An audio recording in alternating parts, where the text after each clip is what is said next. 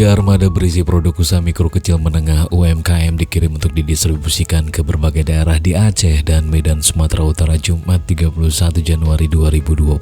Pendistribusian itu dilakukan melalui Asosiasi Saudagar Industri Aceh atau ASEA. Pengelepasan perdana tiga armada itu dilakukan langsung oleh PLT Ketua Dekranasda Aceh Diah Ardhidawati serta disaksikan oleh Kepala Dinas Koperasi Usaha Kecil dan Menengah Aceh Wildan dan PLT Kepala Dinas Perindustrian dan Perdagangan Aceh Muslim. Pengelepasan armada dilakukan usai Diah melakukan seremonial pesiju tepung tawar.